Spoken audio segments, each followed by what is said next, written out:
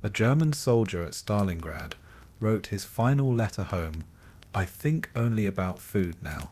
At night, I cannot sleep from hunger. My stomach contracts." This letter never reached its destination, found decades later in the wreckage of a shot-down plane. But it reveals the brutal truth about what winter warfare really meant. That soldier's name was Klaus Weber, and his story wasn't unique. Across the frozen battlefields of World War II, millions of soldiers faced the same desperate choice: find food or die. But what they found, and what they were forced to consume, would test the very limits of human survival. Klaus Weber's letter, discovered in 1987 by a farmer near Volgograd, contained more than just words of desperation. Forensic analysis revealed that the paper itself bore traces of something unexpected: breadcrumbs. Weber had been so hungry that he'd attempted to eat the very paper he was writing on. This wasn't madness. This was the reality of Arctic warfare in World War II, where temperatures plummeted to -40 degrees Fahrenheit, and human beings were forced to make choices that would haunt military history forever. The winter campaigns of World War II created a perfect storm of human suffering. Historians still debate whether the strategic decisions to fight through winter months were acts of desperation or calculated risks, but the evidence is clear: more soldiers died from cold and starvation than from enemy bullets during these frozen conflicts. The Eastern Front alone claimed over 3 million lives, with German medical records indicating that hypothermia and malnutrition contributed to 60% of casualties during the winter of 1941–42. Weber's division, the 24th Panzer, had entered Stalingrad with full confidence in September 1942. Their field kitchens were operational, supply lines seemed secure, and the men carried standard Weber-marked rations consisting of dark bread, canned meat, and ersatz coffee. But by December, when Klaus penned his final letter, those same soldiers were eating leather belts boiled in melted snow and fighting over scraps of horse meat that had frozen solid in the -30-degree weather. The transformation from civilized soldiers to desperate survivors happened with shocking speed. Weber's regiment kept detailed records during the early weeks of their encirclement. On November 20th, each man received 400 grams of bread daily. By December 1st, this had dropped to 200 grams. By Christmas Eve, when Klaus wrote his letter, the daily bread ration had become 100 grams, roughly 2 slices, and even this meager portion was often made from sawdust, bark, and whatever grain substitutes the field bakers could find. Take a moment to like this video and subscribe, but only if you're genuinely interested in what we're uncovering here. Let me know in the comments where you're watching from and what time it is in your location. What made Weber's situation particularly tragic was that he understood exactly what was happening to his body. A trained mechanic from Munich, he had enough education to recognize the stages of starvation he was experiencing. His letters home, found scattered throughout the crashed transport plane, documented his physical deterioration with scientific precision. "My hands shake when I try to write," he noted on December 15th. "My vision blurs when I stand up quickly. Yesterday I could not remember my mother's maiden name." This wasn't just one soldier's personal hell. It was happening to hundreds of thousands of men simultaneously across multiple fronts. The same winter that trapped Weber's division in Stalingrad also froze Italian soldiers along the Don River, where entire battalions resorted to eating their own leather equipment just to survive another day. In the forests of Finland, Soviet troops were discovered by Finnish patrols, frozen solid while clutching empty food containers, their last moments spent scraping ice crystals from the bottom of their mess kits. The science behind this suffering was brutally simple.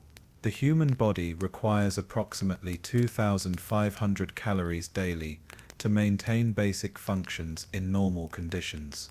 But at -40 degrees Fahrenheit, with inadequate shelter and constant physical stress, that requirement jumps to nearly 5,000 calories per day. Klaus Weber's division was receiving on good days perhaps 800 calories per person. Their bodies began consuming themselves, starting with fat reserves and quickly moving to muscle tissue. Medical records from the Stalingrad evacuation show that surviving soldiers had lost an average of 40 pounds, with many weighing less than 90 pounds when rescued. Weber's final letter, dated December 23, 1942, contained just 12 words: "Tell mother I dreamed of her apple strudel." The smell was so real. He died 3 days later, not from a bullet or explosion, but from cardiac arrest brought on by severe malnutrition. His body was found by Soviet forces on January 2, 1943, still clutching an empty tin can that had once contained ersatz coffee. The irony wasn't lost on the Soviet soldiers who discovered him. They too were surviving on approximately 600 calories per day, and understood exactly what Klaus had endured. The Winter War between Finland and the Soviet Union from 1939 to 1940 became history's first laboratory for testing how modern armies would fare against Arctic conditions and mass starvation.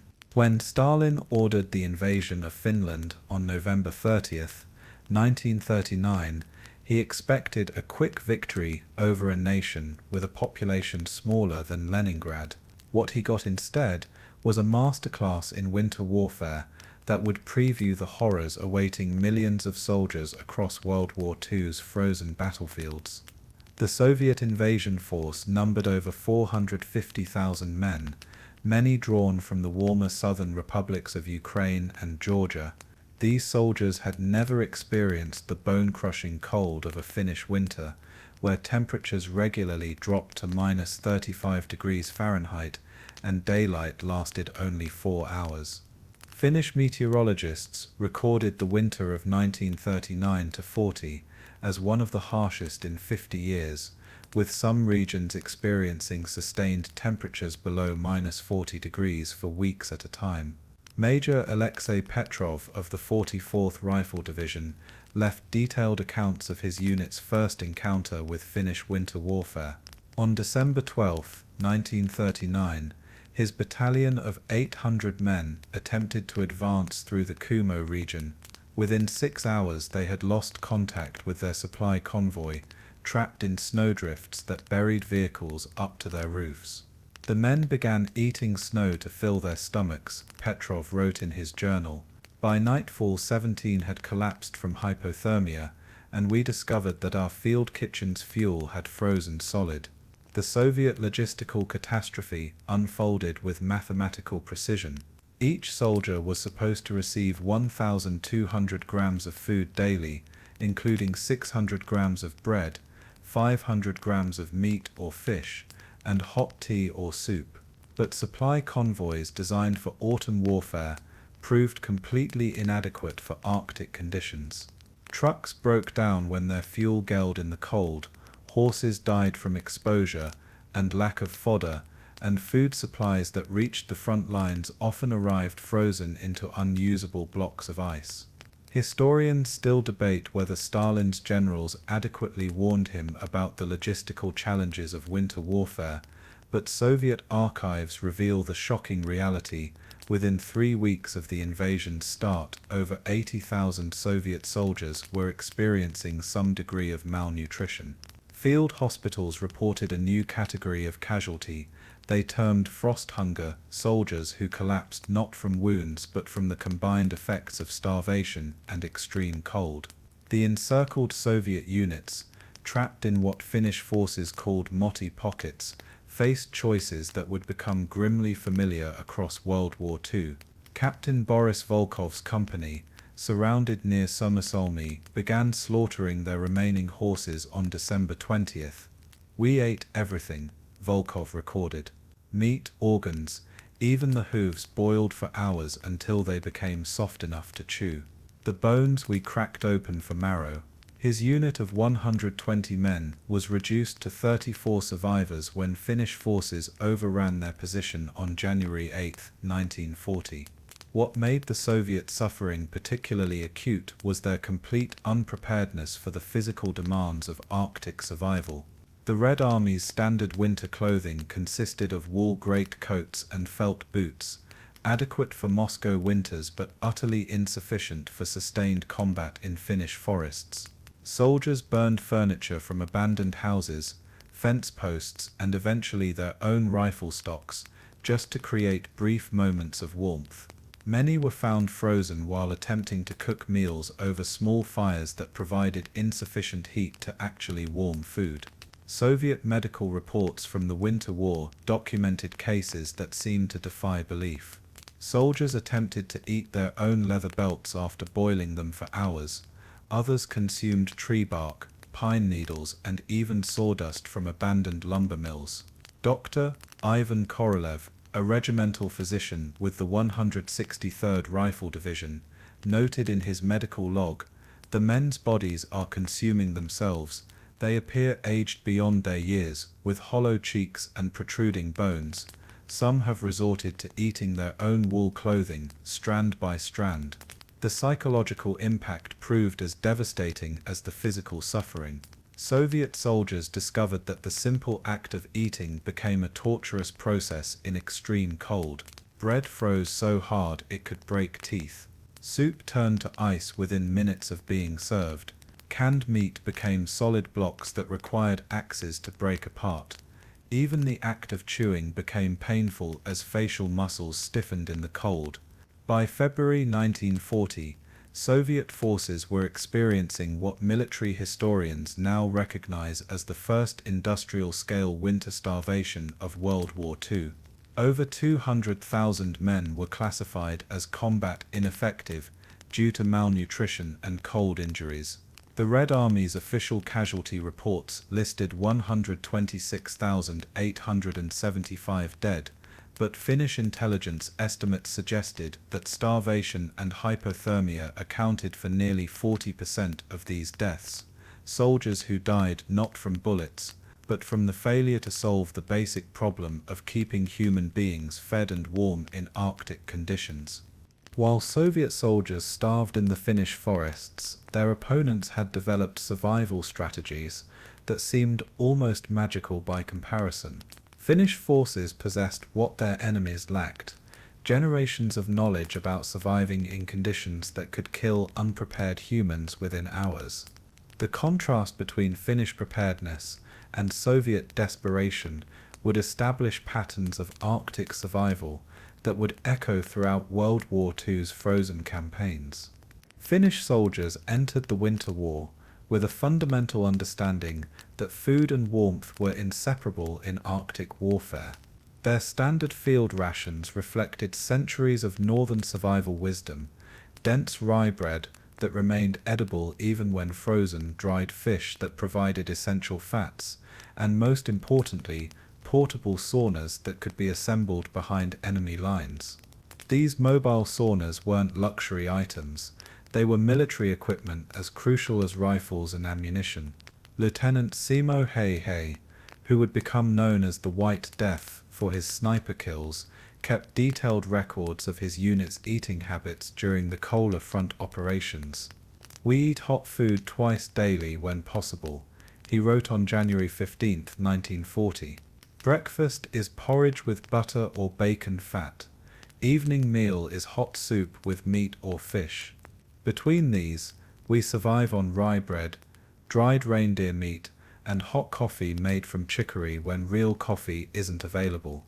This seemingly simple routine required sophisticated planning that Soviet forces completely lacked. The Finnish advantage wasn't just nutritional, it was psychological.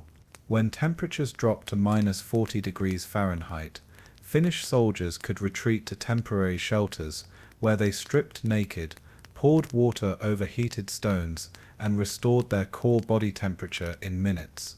Soviet soldiers, meanwhile, huddled around small fires that provided barely enough heat to prevent immediate death. Finnish medical records from the war show remarkably few cases of severe frostbite or hypothermia among their own forces, while Soviet prisoners arrived at Finnish camps with advanced stages of cold injury and malnutrition. Captain Aki Hautala commanded a ski patrol that spent 6 weeks behind Soviet lines during the darkest period of the war.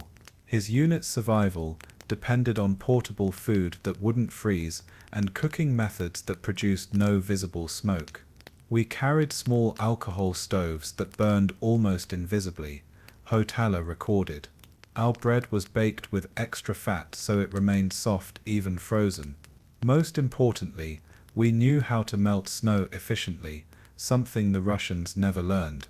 Soviet soldiers often consumed snow directly, which actually lowered their core body temperature and accelerated hypothermia.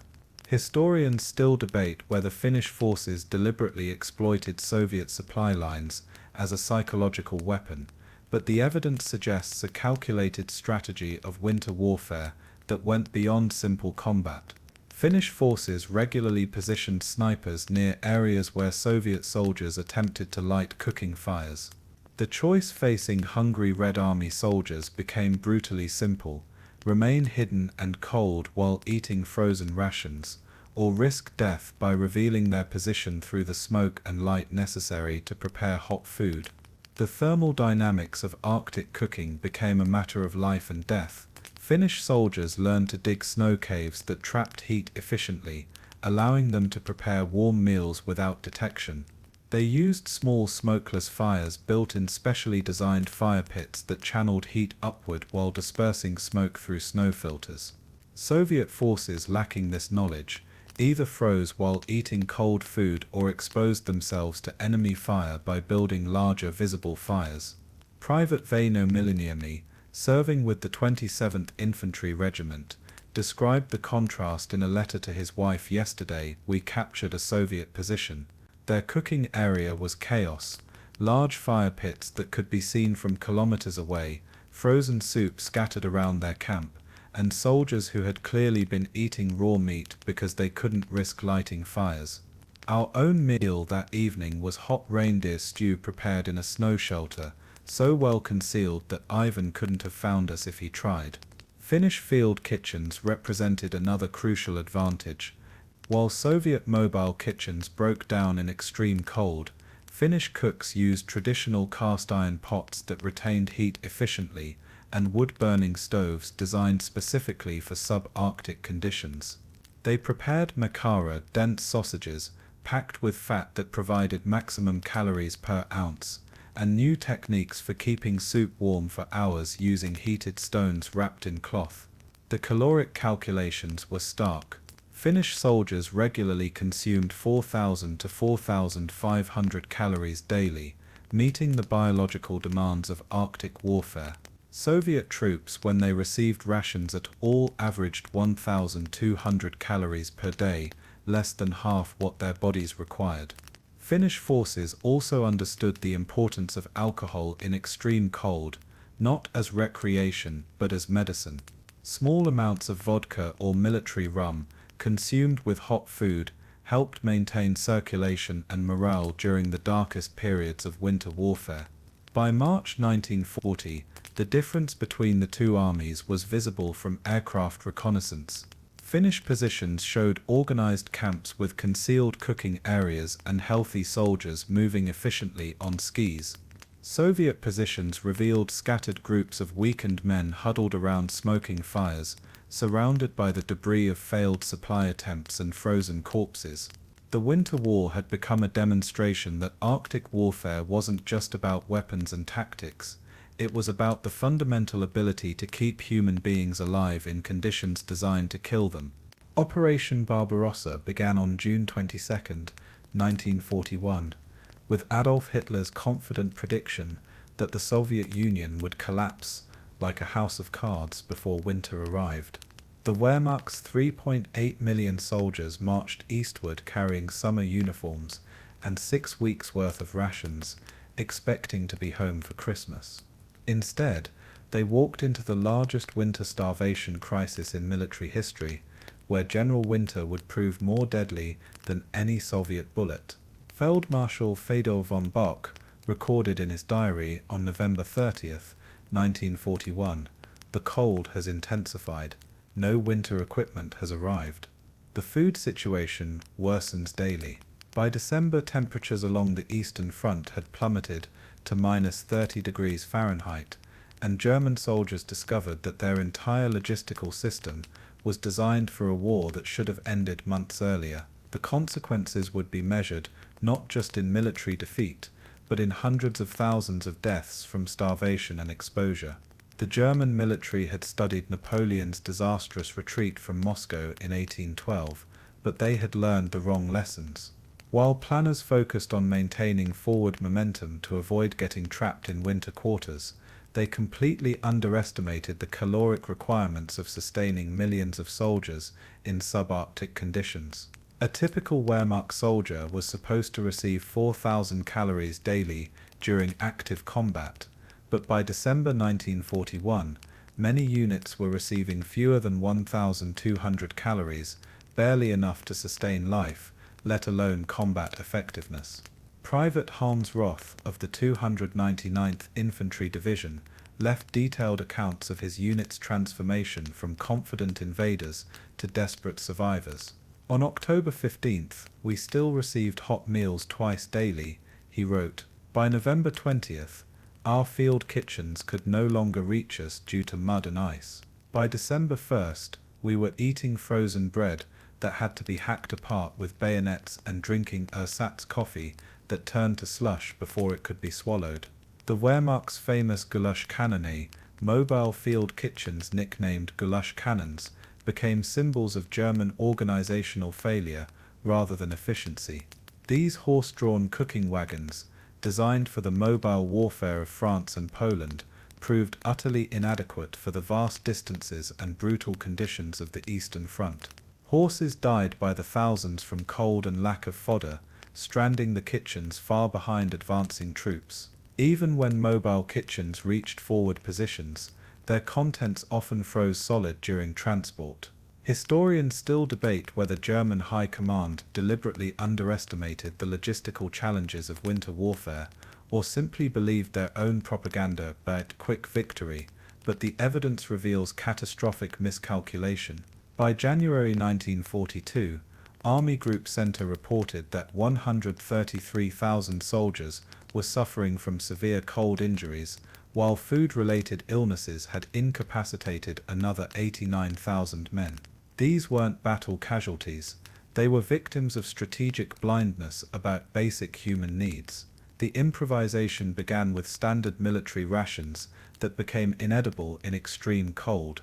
German soldiers discovered that their canned meat froze into solid blocks that could only be melted by holding the containers against their bodies for hours. Butter became so hard it required saws to cut. Bread froze so thoroughly that soldiers risked breaking teeth attempting to bite it. Jam crystallized into sugary rocks that had to be dissolved slowly in the mouth, like candy. Oberkreiter Friedrich Wilhelm's letters home documented the progressive collapse of normal eating. We now carry our bread inside our uniforms, next to our skin, to keep it soft enough to chew. The butter ration must be cut with knives heated over small fires. Coffee is made by melting snow in our helmets and mixing in powder that tastes like sawdust. Wilhelm's unit, the 23rd Infantry Division, was considered well supplied compared to forward reconnaissance units that went days without any hot food. The psychological impact of cold, tasteless meals proved as damaging as the nutritional deficiency. German military psychologists noted increasing rates of depression, aggression, and what they termed winter madness, soldiers who became obsessed with food to the exclusion of military duties. Some men hoarded their meager rations instead of eating them, creating a secondary starvation crisis even when supplies were available. Moscow's defense benefited enormously from German nutritional collapse. Soviet intelligence reports noted that captured German soldiers were often too weak to be effectively interrogated, suffering from advanced malnutrition and hypothermia. Many German positions were overrun not through superior Soviet tactics, but because the defenders lacked the physical strength to operate their weapons effectively in sub-zero temperatures. The turning point came during the Soviet winter offensive of December 1941. German forces, weakened by months of inadequate nutrition, found themselves unable to conduct the fighting retreats that had characterized their earlier victories. Medical officer Dr. Heinrich Heipe recorded, "Men are collapsing not from wounds, but from exhaustion and hunger. They lack the energy to dig defensive positions in the frozen ground. Some fall asleep on guard duty and freeze to death standing upright." By February 1942, German casualty reports showed a horrifying new category. Non-battle deaths from cold and starvation exceeded combat deaths in many units. The Wehrmacht, which had conquered most of Europe through superior logistics and planning, was being destroyed by its failure to solve the basic problem of feeding soldiers in winter. The invincible German war machine was starving to death in the snow, one frozen meal at a time. On November 23, 1942, Operation Uranus snapped shut around Stalingrad like a frozen steel trap, encircling 290,000 Axis soldiers in what would become history's most documented case of military cannibalism. Inside this cauldron of death, men who had once been civilized soldiers faced choices that would haunt the survivors for the rest of their lives. The question wasn't whether cannibalism occurred. Soviet archives and German testimonies confirm it did, but how ordinary human beings crossed humanity's most fundamental taboo. General Friedrich Paulus commanded the German Sixth Army with the promise that aerial resupply would sustain his forces until relief arrived. The Luftwaffe pledged to deliver 500 tons of supplies daily, but weather, Soviet air defenses, and mechanical failures reduced actual deliveries to fewer than 100 tons per day. With nearly 300,000 mouths to feed, the mathematics of starvation became grimly apparent. Each soldier would receive approximately 200 grams of food daily, roughly equivalent to a single slice of bread and a spoonful of thin soup. Dr. Ottmar Kohler, chief medical officer of the 24th Panzer Division, maintained detailed records throughout the encirclement. His December 15th entry reads, "Daily caloric intake has fallen to approximately 800 calories per man.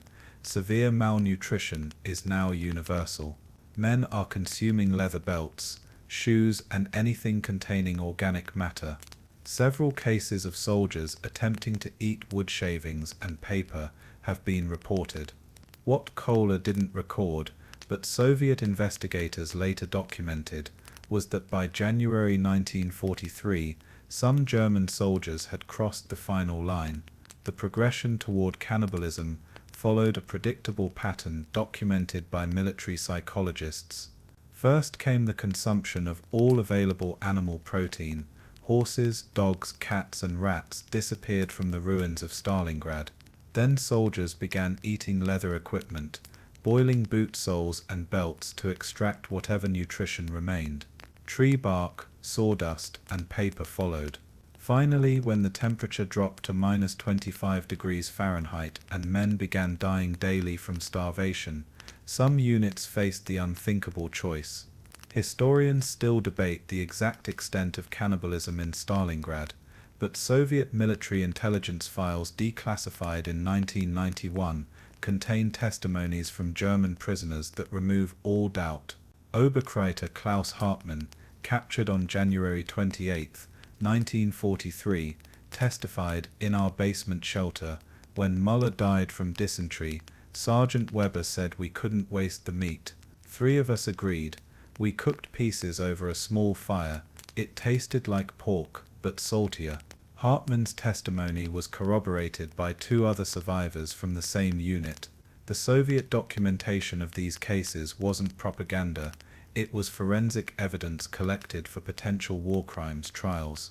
Captain Alexei Voronkov of Izmail counterintelligence recorded finding human remains that showed clear evidence of butchering in 17 different German positions throughout the city. The cuts were precise, Voronkov noted. These weren't acts of madness, but calculated decisions by men who understood anatomy. They removed muscle tissue cleanly, suggesting prior planning rather than desperate acts. The psychological mechanisms that enabled such behavior reveal the extremes of human survival instinct. German military psychiatrist Dr. Hans Müller, captured while treating patients in a field hospital, explained starvation produces a form of temporary psychosis. Men become obsessed with protein to the exclusion of all other thoughts. Normal moral boundaries dissolve when the brain lacks glucose for proper function.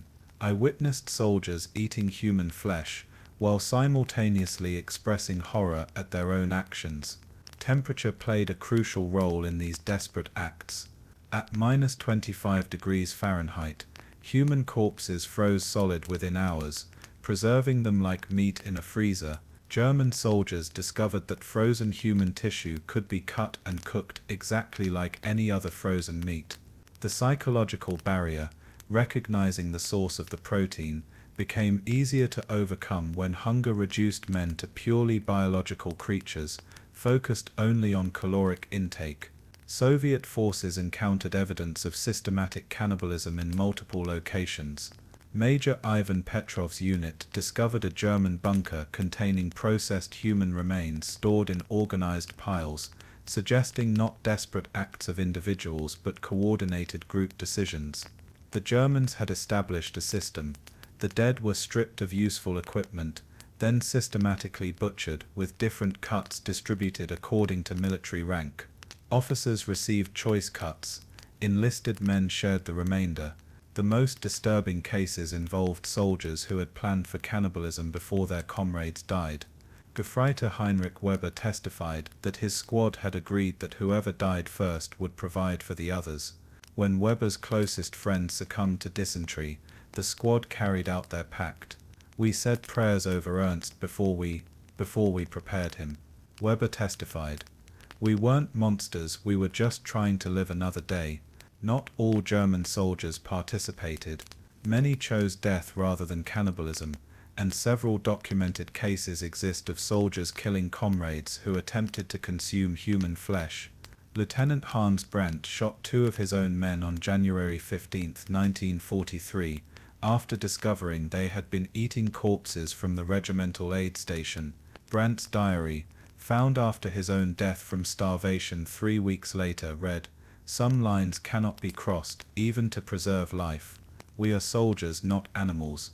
By February 2, 1943, when the last German units surrendered, Soviet medical teams found survivors in various stages of starvation psychosis. Many could no longer distinguish between different types of meat. Dr. Vladimir Kozlov, treating German prisoners, noted they request food with the desperation of wild animals. Several attempt to bite medical personnel during examination. Rational thought has been replaced by pure survival instinct. Of the 290,000 soldiers originally encircled, only 90,000 survived to surrender, and fewer than 5,000 would eventually return home from Soviet prison camps. The human body becomes a ticking biological clock when exposed to extreme cold, and World War II's frozen battlefields provided military medicine with its most comprehensive data on how soldiers die when temperatures drop below survival thresholds. Dr. Viktor Loginov, Chief Medical Officer for the Red Army's Northwestern Front, conducted systematic studies on thousands of frostbite and hypothermia cases during the winter of 1941–42.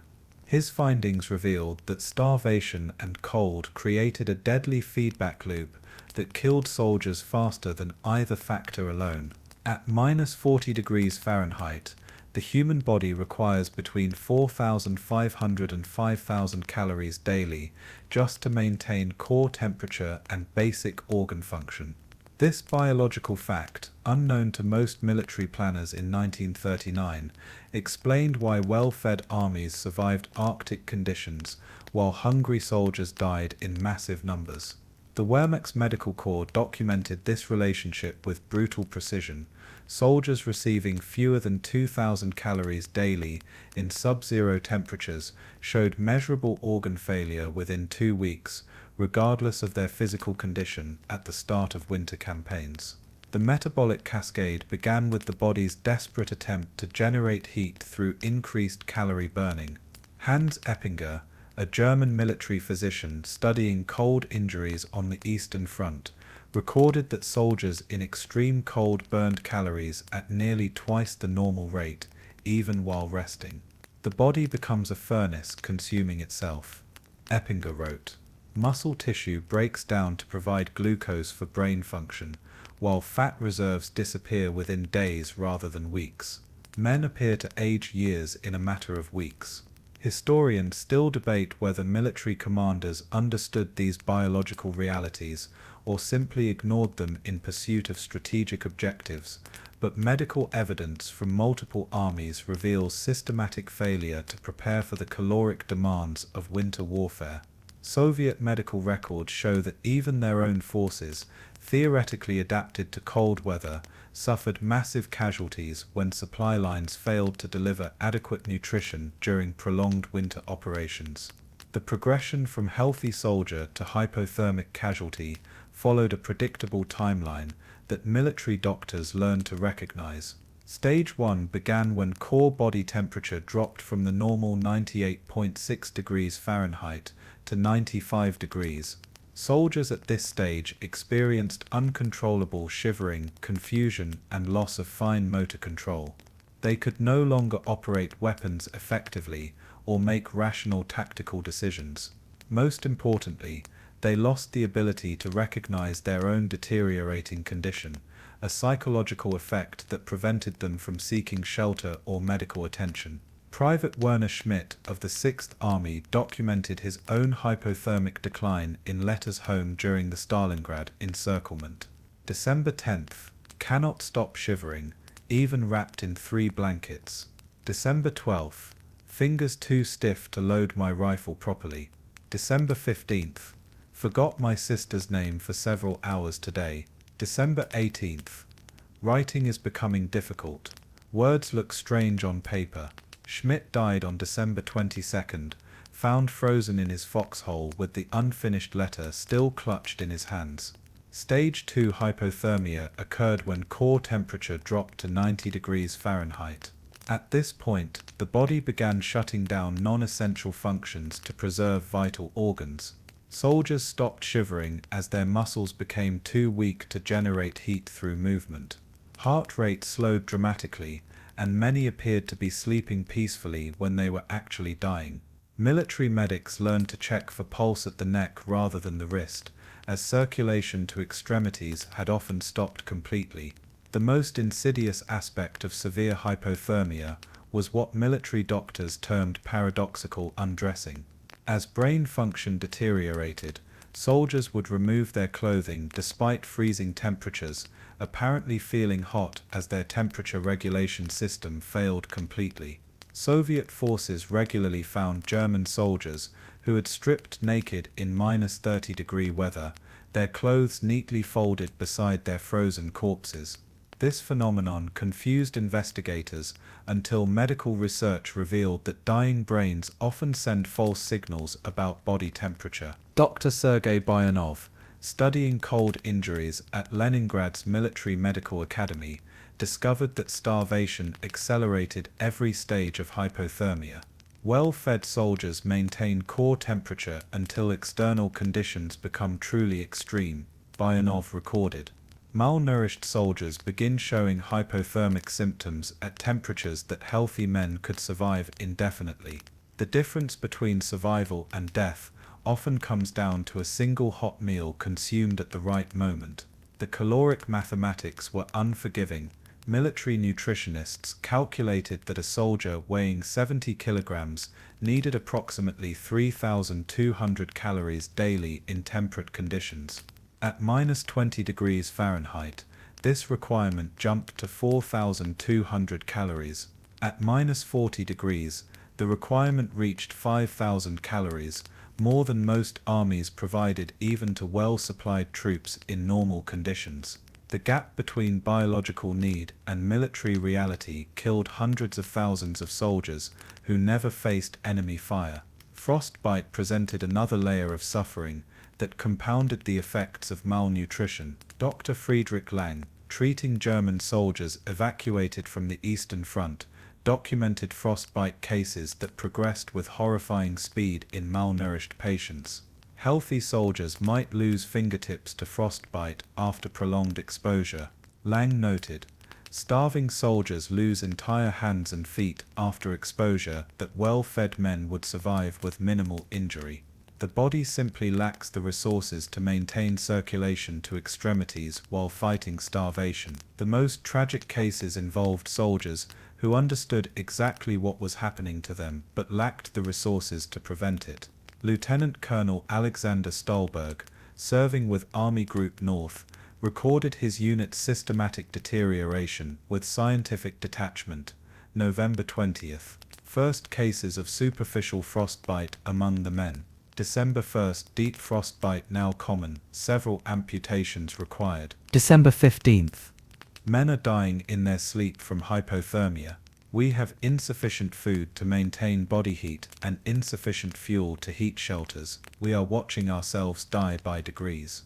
The Battle of the Bulge erupted on December 16, 1944, catching American forces completely off guard in the Ardennes Forest of Belgium and Luxembourg. What Hitler intended as Germany's final desperate gamble quickly became a frozen hell, where American soldiers discovered that superior logistics and industrial might meant nothing when Mother Nature turned enemy. The 101st Airborne Division, encircled at Bastogne, faced the same brutal choice that had confronted German soldiers at Stalingrad: find ways to eat in sub-zero temperatures or die. General Anthony McAuliffe's famous reply of nuts to German surrender demands on December 22nd masked a desperate reality inside the besieged town. The 101st Airborne had been rushed to Bastogne so quickly that many paratroopers wore summer uniforms under their equipment, and their supply situation deteriorated rapidly as German forces tightened the noose.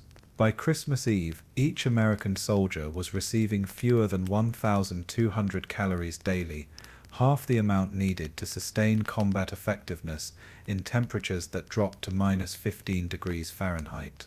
Private Don Malarkey of Easy Company, 2nd Battalion, kept detailed notes about his unit's eating conditions during the siege. December 20th. Last hot meal was 2 days ago. We're eating K-rations frozen solid, have to break the cheese with rifle butts. Coffee is made by mixing powder with snow and hoping for the best. December 23rd. Found a dead German with chocolate in his pocket.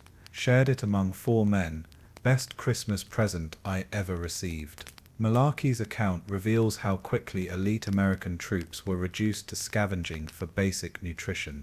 The American military had learned from earlier winter campaigns, equipping soldiers with supposedly superior cold weather rations, but the reality of Arctic combat rendered much of this preparation useless. K-rations contained canned meat, chocolate bars, crackers, and instant coffee designed to provide 3,000 calories daily. However, these rations assumed soldiers could heat their food and had access to clean water for mixing drinks. In the frozen foxholes of Bastogne, American soldiers discovered that their technological advantages meant nothing when the food froze solid and there was no safe way to build warming fires. Historians still debate whether American commanders adequately prepared their forces for winter warfare, but medical records from the Ardennes campaign reveal widespread cold injuries and malnutrition among troops who had been considered the best equipped army in the world. The 28th Infantry Division reported 2,847 non-battle casualties from cold injuries during the first week of fighting, more than their total combat losses during the same period. The ingenuity of American soldiers in adapting to Arctic conditions rivaled anything seen on the Eastern Front. Sergeant Bill Garnier discovered that body heat could soften frozen sea rations enough to eat if the cans were placed inside uniforms for several hours. You'd stick a can of beans up under your armpit and wait, Garnier recalled decades later. After about an hour, you could get a spoon through it. Tasted terrible, but it was calories. Other soldiers learned to eat chocolate bars while they were still frozen, letting them melt slowly in their mouths to avoid the painful experience of biting into chocolate that had turned rock hard in the cold. The siege of Bastogne created unexpected moments of international cuisine, as American soldiers encountered Belgian civilians who shared their meager food supplies. Mrs. Marie Maurice, whose family sheltered in their basement throughout the battle, remembered American paratroopers sharing their rations with her children while she provided them with potato soup made from her last stored vegetables. The boys were so thin, she recalled. They ate our soup like it was the finest meal in Paris.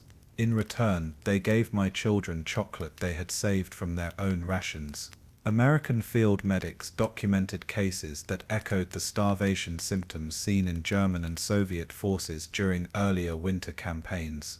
Technical Sergeant John Martin, treating wounded paratroopers at Bastogne's aid station, noted men are arriving with wounds that should be survivable, but they lack the physical reserves to recover. Malnutrition has weakened their immune systems. Simple infections become life-threatening when the body has no energy to fight disease. American forces were learning the same harsh lesson that had devastated Axis armies. Winter warfare demands calories that armies often cannot provide. The arrival of Allied air support on December 26 brought more than military relief. It brought food that may have saved more American lives than ammunition. C-47 transport planes dropped supplies that included hot soup mix, concentrated chocolate, and most importantly, portable stoves that allowed soldiers to heat food without creating visible fires that attracted German artillery. Lieutenant Colonel Harry Kinnard described the psychological impact. When the boys got hot soup for the first time in a week, you could see their spirits lift immediately. It wasn't just nutrition, it was hope made edible. The contrast between American and German eating conditions during the Battle of the Bulge illustrated how industrial capacity could overcome tactical disadvantage. While German soldiers attacking Bastogne survived on frozen bread and ersatz coffee, American defenders began receiving airdrop delicacies including canned turkey, chocolate cake, and real coffee within days of being resupplied. German prisoners captured during the final phase of the battle were often too weak from malnutrition to walk without assistance. Captain Lewis Nixon, intelligence officer with the 101st Airborne, observed the difference firsthand. The German prisoners we're taking look like scarecrows. Their rations consist of black bread that's more sawdust than wheat and coffee made from acorns. Our worst day at Bastogne was better than their best day in terms of food quality and quantity. This nutritional superiority translated directly into combat effectiveness as German units, weakened by months of inadequate feeding, proved unable to sustain their initial offensive momentum. By January 1945, the Battle of the Bulge had demonstrated that modern warfare's outcome often depended as much on commissary officers as combat commanders. American forces, despite being caught off guard and encircled, recovered quickly once their supply lines were re-established. German forces, operating at the end of increasingly fragile logistics networks, collapsed as their soldiers quite literally ran out of energy to continue fighting. Beneath the ruins of Stalingrad, Leningrad, and dozens of other besieged cities, Soviet field cooks created an underground network of kitchens that operated like speakeasies during Prohibition, hidden, dangerous, and absolutely essential for survival. These cooks, many of them women who had volunteered for military service, risked their lives daily to provide hot meals that meant the difference between maintaining morale and complete psychological collapse. Their stories reveal the often overlooked role of military cooks as genuine war heroes whose ladles were as important as rifles. Senior Sergeant Katia Mikhailova commanded a mobile field kitchen attached to the 62nd Army defending Stalingrad during the winter of 1942-43. Her unit operated from basement shelters and bomb craters, moving constantly to avoid German artillery that specifically targeted cooking smoke. We learned to cook without flames, Mikhilova recorded in her service diary. Hot stones heated in underground fires could warm soup for hours. We used metal sheets to reflect heat downward and disperse smoke through multiple exit points. The enemy could never pinpoint our location. Her techniques kept an entire rifle regiment fed when official supply lines had completely collapsed. The Soviet military had recognized early in the war that hot food represented a strategic weapon equal to ammunition or medical supplies. Red Army regulations mandated that every soldier receive at least one hot meal daily, even during active combat operations. This seemingly impossible requirement led to innovations in field cooking that bordered on the miraculous. Soviet cooks learned to prepare meals in conditions where a visible flame meant death within minutes, using cooking methods that had been forgotten since medieval times. Maria Fedorovna, a cook with the 13th Guards Rifle Division during the siege of Leningrad, developed techniques for preparing hot meals using body heat and chemical reactions. We would heat metal containers against our skin for hours, then quickly mix hot soup powder with warm water, she remembered. The soup wasn't truly hot, but it was warm enough to provide psychological comfort. Men would weep with gratitude for a cup of warm broth that was barely above freezing. Her innovation saved lives during the darkest period of the siege, when conventional cooking had become impossible. Historians still debate whether Soviet field cooks received adequate recognition for their contributions, but military records reveal that these women and men suffered casualty rates comparable to frontline infantry units. German forces specifically targeted field kitchens, understanding that destroying the enemy's ability to provide hot food would demoralize entire regiments faster than direct combat losses. Soviet cooks responded by developing increasingly sophisticated camouflage and deception techniques that turned meal preparation into a deadly game of hide and seek. The creativity of Soviet field cooking reached extraordinary levels during the worst periods of the war. When standard ingredients became unavailable, cooks learned to create nutritious meals from materials that would have been considered inedible in peacetime. Tree bark was ground into flour substitute, pine needles were brewed into vitamin C-rich tea, and even sawdust was processed into a protein-rich porridge when mixed with whatever meat scraps could be found. These weren't acts of desperation, they were systematic innovations that kept armies functioning when conventional logistics had failed. Private Viktor Astafiev, serving with a rifle company outside Moscow during the winter of 1941, described the almost magical effect of receiving hot food prepared by field cooks working under impossible conditions. We had been eating frozen bread and snow for 3 days. When Sergeant Volkov appeared with a pot of hot soup, I don't know what was in it, probably mostly water and onions, it felt like salvation. Men who had been talking about surrender suddenly started discussing how to attack the German positions. Hot food didn't just feed our bodies, it restored our will to fight. The Soviet field kitchen system also created opportunities for acts of humanity that transcended military necessity. Cook Valentina Dmitrieva, serving with the 3rd Shock Army, regularly prepared extra portions for German prisoners who were clearly suffering from malnutrition. The enemy soldiers looked like walking skeletons, she recalled. Our officers said to give them minimum rations, but I am a mother. I could not watch young men starve. Dmitrieva's compassion was shared by many Soviet cooks who understood that starvation was a universal human suffering that transcended national boundaries. The underground kitchen network faced constant challenges beyond enemy fire. Fuel for cooking fires became increasingly scarce as the war progressed, forcing cooks to burn furniture, books, and even their own personal belongings to heat meals.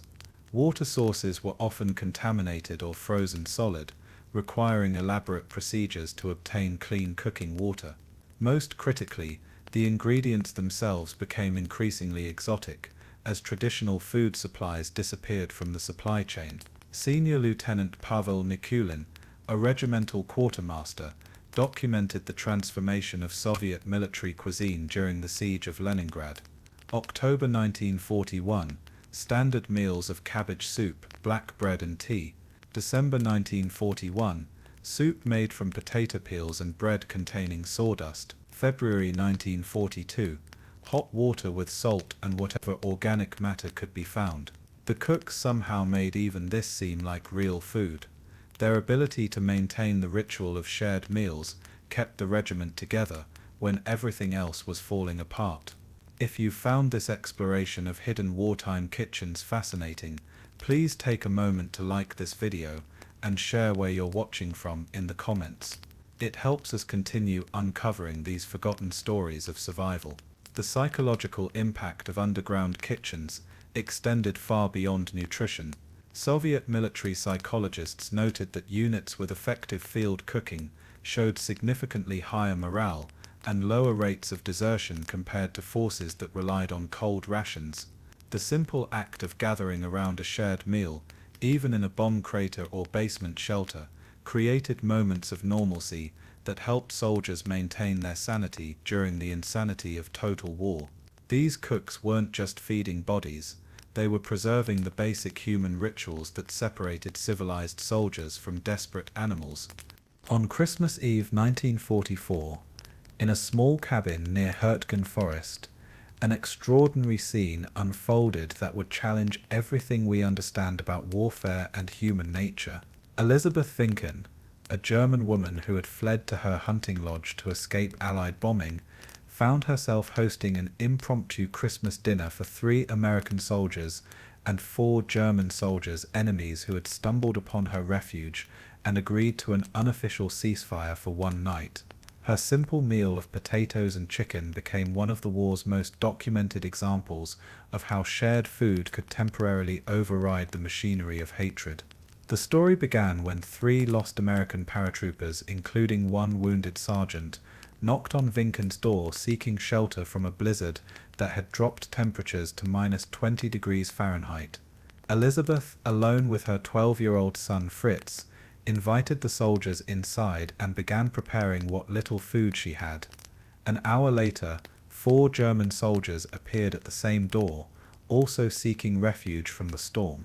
The potential for violence was immediate and deadly, but Elizabeth Finken made a decision that would be studied by military historians for decades. Heilig Nacht, she announced firmly in German, then repeated in broken English, Holy Night, no shooting tonight.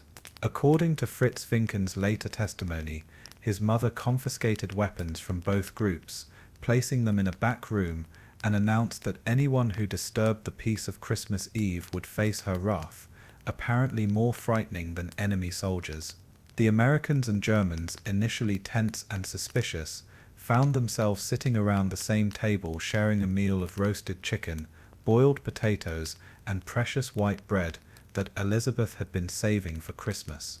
Historians still debate how many similar incidents occurred during World War II's winter campaigns, but documented cases suggest that shared meals between enemies happened more frequently than official military records acknowledge. The combination of extreme cold, scarce food, and holiday traditions created situations where basic human survival instincts temporarily overrode military training and national hatred. Corporal Ralph Blank, one of the American soldiers at Vinken's cabin, described the surreal experience in letters home. Here we were sharing dinner with Krauts who had been shooting at us that morning. But when you're starving and freezing, and someone offers you hot food and warm shelter, nationality stops mattering. The German medic even helped treat our wounded sergeant. We spent the evening showing each other pictures of our families and trying to communicate with gestures and broken English. The psychological mechanisms that enabled such fraternization reveal fundamental truths about human nature under extreme stress. Military psychologists studying prisoner interrogations after the war noted that soldiers who had shared meals with enemies showed markedly different attitudes toward their former opponents. Dr. Samuel Stoffer, conducting research for the U.S. Army, found that the act of eating together activates deep-seated social bonding mechanisms that can temporarily override ideological conditioning. Similar incidents occurred throughout the winter campaigns of World War II. During the Battle of the Bulge, American medic Eugene Rowe documented treating wounded German soldiers who shared their meager rations with American prisoners. "They gave us black bread and ersatz coffee," Rowe recorded. "Terrible stuff, but when you haven't eaten in 2 days, it tastes like a feast." The German corpsman spoke no English, but he kept making sure we got equal shares with his own wounded men. The Christmas truce tradition extended beyond individual encounters to larger tactical situations. Along the Eastern Front, Soviet and German forces occasionally observed informal ceasefires during Orthodox Christmas celebrations in January. Lieutenant Colonel Hans von Luck documented one such incident near Leningrad. Both sides agreed to a 6-hour halt to recover our dead and wounded. The Russians sent over hot tea and black bread. We shared our cigarettes and chocolate. For those few hours we weren't enemies, we were just young men trying to survive winter. Food became a universal language that transcended the barriers of war. French resistance fighter Marie-Claude Vaillant-Couturier, later imprisoned in Ravensbrück concentration camp, recalled how sharing scraps of bread with German guards led to small acts of humanity. When guard Greta learned that I had been a teacher, she began saving pieces of her lunch for me. Not much, a bit of sausage, sometimes an apple core, but enough to show that human kindness could survive even in hell. The phenomenon wasn't limited to European theaters. In the Aleutian Islands campaign of 1943, American and Japanese forces stranded by weather occasionally shared resources. Staff Sergeant James Murphy, of the 7th Infantry Division, reported finding Japanese soldiers who had frozen to death while apparently preparing to share their rice rations with wounded Americans found in the same shelter. They had arranged the food in equal portions, Murphy noted. Even dying, they maintained fairness. These moments of shared humanity often carried profound psychological consequences for the participants. Wehrmacht veteran Klaus Hermansen, who shared Christmas dinner with British prisoners during the Ardennes offensive, later testified at war crimes trials that the experience fundamentally changed his understanding of the conflict. When you break bread with someone, when you see them worried about their families and missing their homes, it becomes impossible to see them as monsters. They become human beings who happen to wear different uniforms. The most remarkable aspect of these encounters was their temporary nature. In almost every documented case, the soldiers returned to combat against each other within hours or days of sharing meals. Yet many veterans reported that they deliberately aimed to wound rather than kill opponents they had previously shared food with, suggesting that the bonding effects of communal eating created lasting psychological changes, even when tactical situations demanded renewed hostility. Elizabeth Finken's Christmas Eve dinner ended at dawn on December 25th, when both groups prepared to return to their respective lines. The German soldiers provided directions to help the Americans reach Allied positions safely, while the Americans shared their medical supplies to treat German wounded. They parted with handshakes and promises to look each other up after this damn war ends, promises that remarkably, several of them kept reuniting years later to commemorate their unlikely Christmas together. The lessons written in blood and ice across World War II's frozen battlefields fundamentally transformed how modern armies feed their soldiers, creating innovations that continue saving lives today. When military nutritionists studied the massive casualty reports from Stalingrad, the Ardennes, and the Eastern Front, they discovered a shocking truth: more soldiers had died from starvation and hypothermia than from enemy action during winter campaigns. This revelation sparked a revolution in military nutrition that would prevent future generations of soldiers from facing the same frozen hell. The United States Army's Quartermaster Corps began developing revolutionary new food technologies immediately after the war ended. Dr. Samuel Lukowski, working with formerly classified German research on Arctic nutrition, established that soldiers required not just more calories in extreme cold, but specific types of nutrients that could be absorbed quickly by stressed bodies. His team created the first scientifically designed cold weather rations, incorporating lessons learned from interviewing thousands of survivors from winter campaigns across Europe and the Pacific. The breakthrough came from studying why some soldiers survived starvation conditions while others died. Medical examiner Dr. Robert Consolacio discovered that survivors had consistently maintained higher fat and protein intake ratios, even when total caloric consumption remained inadequate. The body's ability to generate heat depends on specific nutrients, not just total calories, Consolacio reported. A soldier eating 2,000 calories of pure carbohydrates will die faster in extreme cold than one eating 1,500 calories with adequate fats and proteins. Modern military rations trace their direct lineage to innovations born from World War II's frozen suffering. The famous MRE, meal ready to eat, incorporated technologies specifically designed to prevent the food freezing disasters that killed thousands of soldiers. Chemical heating packets, developed from German research captured at the war's end, allowed soldiers to heat meals without visible flames or smoke. Freeze-dried foods eliminated the water content that turned solid at sub-zero temperatures, while specialized packaging prevented the catastrophic freezing that made Wehrmacht rations inedible. Historians still debate whether military leaders learned the correct lessons from winter warfare casualties, but the evidence shows dramatic improvement in cold weather survival rates. During the Korean War's brutal Chosin Reservoir campaign in 1950, American forces faced temperatures as low as -35 degrees Fahrenheit, conditions similar to those that devastated German forces at Stalingrad. However, improved rations and heating technologies resulted in cold weather casualty rates nearly 80% lower than comparable World War II campaigns. The psychological insights proved as important as the nutritional discoveries. Military psychiatrists studying shell shock and combat fatigue found that regular hot meals provided psychological anchoring that prevented complete mental breakdown under extreme stress. Colonel Roy Grinker, treating American veterans, noted soldiers who maintained eating routines, even with inadequate food, showed significantly lower rates of combat neurosis than those whose meal patterns completely collapsed. The ritual of shared eating maintains social cohesion when everything else disintegrates. Soviet innovations in field cooking, studied intensively by Western intelligence services after the war, contributed to modern military logistics in unexpected ways.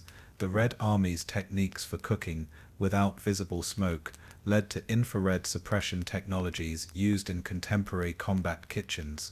Their methods for preserving food using natural freezing cycles influenced modern freeze-drying processes. Most importantly, their integration of female cooks into frontline units challenged gender assumptions and contributed to expanding military roles for women. The human cost of learning these lessons remains staggering. Conservative estimates suggest that over 400,000 Axis soldiers died from starvation and hypothermia during World War II's winter campaigns, while Allied losses from the same causes exceeded 100,000. These weren't glorious battlefield deaths. They were preventable tragedies caused by inadequate understanding of basic human nutritional needs in extreme environments. Modern soldiers carry individual heating systems that would have seemed miraculous to Klaus Weber and his starving comrades at Stalingrad. Self-heating meal packets provide hot food within minutes using chemical reactions that require no external flame or fuel source. Insulated food containers maintain temperature for hours using advanced materials developed from space program research.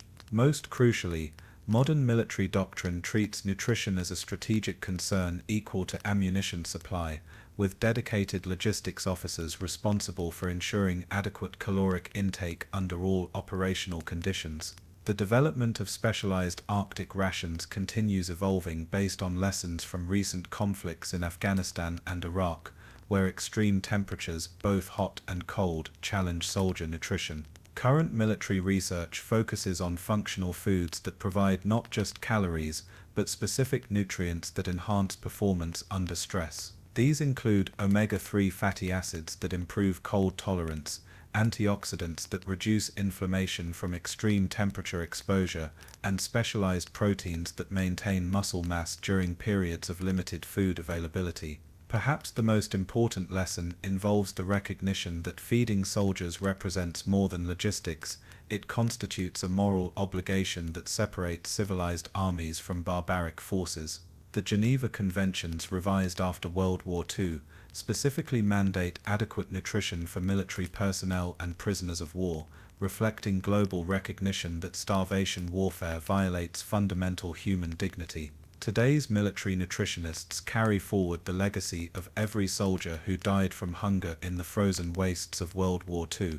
When they design rations that remain edible at -40 degrees Fahrenheit, they honor Klaus Weber's memory. When they calculate caloric requirements for Arctic operations, they remember the Soviet soldiers who starved in Finnish forests. When they insist that hot meals remain available even during active combat, they continue the tradition of brave cooks like Katia Mikhailova, who risked their lives to feed others.